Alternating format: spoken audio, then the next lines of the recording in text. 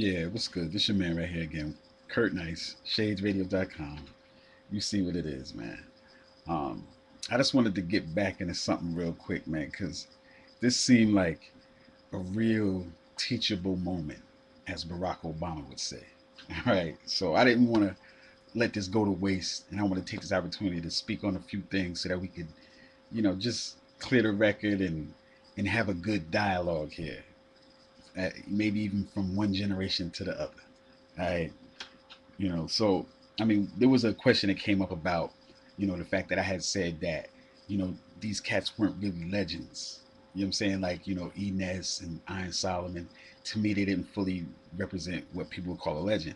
And then a couple of cats commented they wanted to clarify that they were trying to say that there was, battle legends, MC battle legends. So in that particular genre of hip hop, he's like they're legends, and and I'm fine with that. I mean, if the cats who have critical analysis of the battle rap game, if if those cats consider those two dudes legends, then so be it. I'm not trying to really dispute that. I'm just saying within that though, what are y'all calling legends? Because a lot of cats like they say like new niggas and stuff be the legends or the best in the game and stuff like that.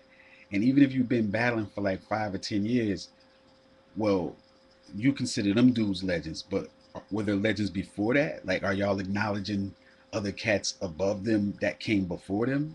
Like, is like, for instance, let's just go back. Like, is is like a supernatural a legend in the battling? Because I mean, when Supernatural first came out, it was all about the freestyle and everything. Is him and Craig G legends?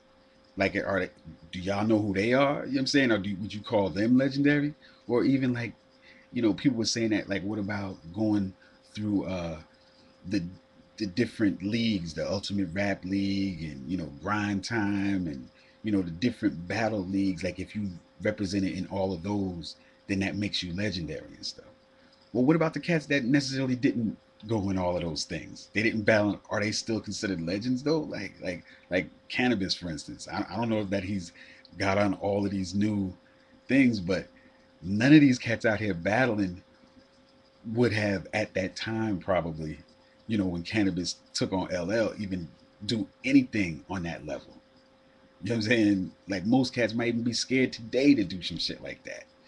You know what I mean? So, what is a battle legend? Like, do y'all go back to Kumo D and Busy B? Like, are we talking about like that? Like, those are some of the original legends of battling back in the day. So are all those people in the same legendary category was what my question really was. You know what I'm saying? Now outside of that, I just wanted to get into a couple other things right quick. Like, as far as the whole battling element, and people kept saying about niggas acting hard and all that. And I understand, like, gunplay sounds good in rhymes sometimes and stuff like that. And like I've mentioned before, some of the best people to do it was like Mash Out Posse and that. But even on that battling level, like, one of the illest cats that I ever heard do it was like Nim's Murderfest. Like, when you go into that kind of fuck your life shit, like Poison Pen was wearing on the the shirt that he was wearing in the background, right? A lot of cats though, they go overboard with the getting seduced by that whole dark side of criminology and shit. They get a little bit overboard in thinking that that's real hip hop. That's not really real hip hop. That's really just fighting words. Like, you're getting turned on by the fighting word aspect of it. Because, like I said, for real hip hop, if you really go back to it, it's a reaction to the oppression that was coming to the street in all forms, in all aspects. It was, against gang violence. That's where breaking comes from. You know what I'm saying? So it was a reaction to the ignorance and the hatred in the streets. It's peace, love, unity, safely having fun. You know what I'm saying? That's what for real hip hop is about. So when you're talking about I'm gonna kill this nigga and all that, it sounds good sometimes and all that stuff, but really it's fighting words. You know what I'm saying? It's not really necessarily hip hop. You know what I'm saying? It's rap. It's definitely rap. Because it's people speaking rhythmically. You know, but it's not hip hop culture. Hip hop culture is a little bit more than that. You know what I'm saying? Just niggas being able to sew some words together. Anybody could do that. Anybody, like, one thing you want to get you straight with the overuse of the gun talk. See, and the reason why I say people get uh a little thrill up their leg and shit when they listen to the gun rhymes is because, say for instance, everybody was like, this was the Caribbean or something. Say everybody was talking about boats all the time. Now that seems stupid and all. I'm just making an analogy. I'm just trying to make a symbol here. Say niggas was talking about boats all the time. That shit would sound dumb after a while. It'd be boring. It's corny. Like everybody, like if there's 100 MCs, all of them got a rhyme about boats. Not only that, but all 10 of their songs on the album is about boats. You know what I'm saying? So think about how, corny that would sound after a while. So the only reason why cats like it, because it's when he's talking about guns and murder and shit like that, is partially because of the tricknology of the negative element. You know what I'm saying? The tricknology of the negative element is like a seductive factor. It looks good. It looks, intrinsic. It's drama. But all of that shit is really not fly in the end. You don't want to kill nobody, nigga. And you ain't going to talk about it on no record if you did. So it's all just fantasy shit. I want to kill somebody. You know what I'm saying? But that shit is just fantasy shit. You know what I'm saying? Why would you want to fantasize about that shit? Now, I think the teachable moment really comes with this.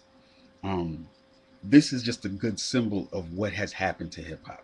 One of the reasons why, you know, hip hop has become the way it has. Not all of the reasons, just some of the reasons why hip hop has come like that. Number one, you had a lot of these, Smack DVD and whoever. I've seen battles where niggas get up in each other's face talking fight words to the nigga snuff the other nigga, to the nigga, you know what I mean, to the nigga just steal the other nigga while he rapping. Or after he finished rapping, he just, as a punctuation mark, he just snuffed this motherfucker standing in front of him while he rapping. That shit is ridiculous. That's not hip hop. And cats have overblown that kind of aspect. And I'll say this. It's funny how this particular battle between E Ness and Iron Solomon epitomized some of the cultural and racial symbology of what's happening too. And not just here in America, but around the world. For instance, you got all the young black kids still seduced by the criminology and still like, oh, like that shit looks hot, thinking that shit looks good. But then you have the white kid that's into for real hip hop. You know what I'm saying? That's what's happened to hip hop over the transition of years. It was made in the inner city, and then it spread out to where people outside the community respect it more than some of the knuckleheads on the inside of it. You know what I'm saying? Don't have a full appreciation for what is given. You're too caught up in the drama. You're too seduced by the negative forces. That's that tricknology. That's that brainwashing. Niggas got you thinking that it's cool to talk about killing a nigga. Like I'm trying to tell you, you don't want to be on the other end of that. You know what I'm saying? You don't want to be on either end of that. You know what I'm saying? You don't want to be on either end of that situation. All right. But lastly, let me just get into this. A for real battle, right? A for real battle. This shit that you see, that shit is corny actually, because that shit is not even a for real test of motherfucking skills, and it's not a real way to see who's better than who. Because then at the end of the day, you can still have opinions. Like some cats was mesmerized by how the nigga was pointing in the other nigga's face and shit. So they're thrown off by that, and they can't tell that the nigga couldn't rhyme right. Now, if this was judged by thorough judges that knew what they were talking about and knew about hip hop, they would still have been able to judge that easily. But like a lot of crowd people that don't have a really fully formed opinion, they get mesmerized by certain shit. So that's not, that type of head-to-head battle is not even the best way to do it. That shit has been done since the 80s. The for realest best way is the way that, I've seen it broken down at end of the week. You know what I'm saying? EO Dub. You know what I'm saying? Affiliates. Shadesradio.com. As a matter of fact, the same place that I've seen Iron Solomon plenty of times, you know what I mean? Performing, hanging out in front of us, maybe partaking of an L together. Who knows? You know what I'm saying? But this, what they have is called the end of the week MC challenge. And the way the MC challenge is broken down is you have MCs, and it is usually like 4 MCs going against they're all going against each other. But the way you figure out if they better than each other or not is you have like about 4 or 5 rounds. You got the regular you say you start with acapella. You got an acapella round, then you got an over a beat round. Then the third round, you got the beat skip round. Like, so the DJ switches up the beat while the nigga's rapping. And whoever can stay the most on point shows how much skills you got. Might make the beat fast, they might make it slower, might make it skip, might start cutting in the middle of your performance. But it's your ability to still have delivery, cadence, flow, all of that in order to uh, express yourself in the rounds. Then also you have the grab bag round, which is a straight freestyle round where you pull in objects out of a bag and then you got to rap about them.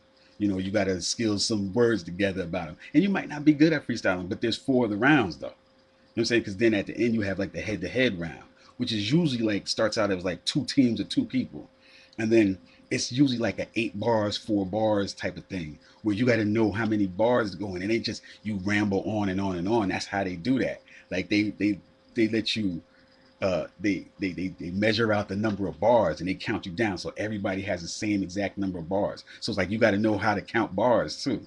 You can't just so it's a real test of skills. That's the best test of skills. And it's 2010. Y'all should upgrade your competitions. That's just a word of advice. You know what I'm saying? If these cats upgraded the competitions, they would be more interesting. You know what I mean? To me, this shit is kind of boring. This cats pointlessly rhyming at each other, saying some old bullshit about each other. That shit is not really that interesting to me. You know what I'm saying? I don't personally as a fan, I don't get nothing out of it seeing this nigga talk shit about this other nigga. It's gotta be more clever than that. You know what I'm saying? You talking about 2 niggas talking about how they gonna bust each other head open. What kind of fucking hip hop is that?